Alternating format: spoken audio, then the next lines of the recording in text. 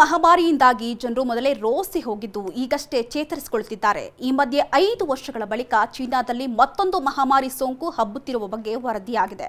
ಹೌದು, ಚೀನಾದಲ್ಲಿ HMPV virus ಚೀನಾದ ವಿವಿಧ ಪ್ರಾಂತ್ಯಗಳಲ್ಲಿ ಕಾಣಿಸಿಕೊಂಡಿದ್ದು ಜನರು ಶ್ವಾಸಕೋಶದ ಮೇಲೆ ದುಷ್ಪರಿಣಾಮ ಬೀರ್ತಾ ಇದೆಯಂತೆ.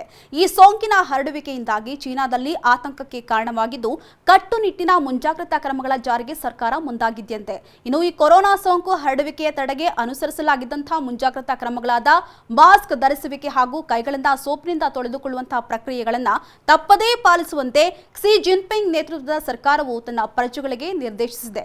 ಇನ್ನು HMPV ವೈರಾಣು ಸೋಂಕು ಪ್ರಯೋಗಾಲಯದ ಪರೀಕ್ಷೆಯಲ್ಲಿ ಪತ್ತೆಯಾಗಲು 3 ರಿಂದ 5 ದಿನಗಳು ಬೇಕು. ಸೀನುವುದು ಹಾಗೂ ಕೆಮ್ಮುವ ಮೂಲಕ ಹೊರಬೀಳುವಂತಹ ದ್ರವದ ಮೂಲಕ ಸೋಂಕು ತೀವ್ರವಾಗಿ ಹರಡಲಿದೆಯಂತೆ. ಇನ್ನು ಚಳಿಗಾಲ ಹಾಗೂ ಬೇಸಿಗೆಯಲ್ಲಿ ಈ ಸೋಂಕು ಪ್ರಬಲವಾಗಿರಲಿದೆ ಅಂತ ವಿಜ್ಞಾನಿಗಳು ತಿಳಿಸಿದ್ದು, ಕೆಮ್ಮು, ಜ್ವರ, ಶ್ವಾಸಕೋಶದಲ್ಲಿ ಸಮಸ್ಯೆ, ಸೀನುವಿಕೆ ಲಕ್ಷಣಗಳು ಹೆಚ್ಚಿದ್ರೆ HMPV ಸೋಂಕು ತಗುಲಿರುವ ಸಾಧ್ಯತೆ ಇದೆ ಎನ್ನಲಾಗ್ತಾ ಇದೆ.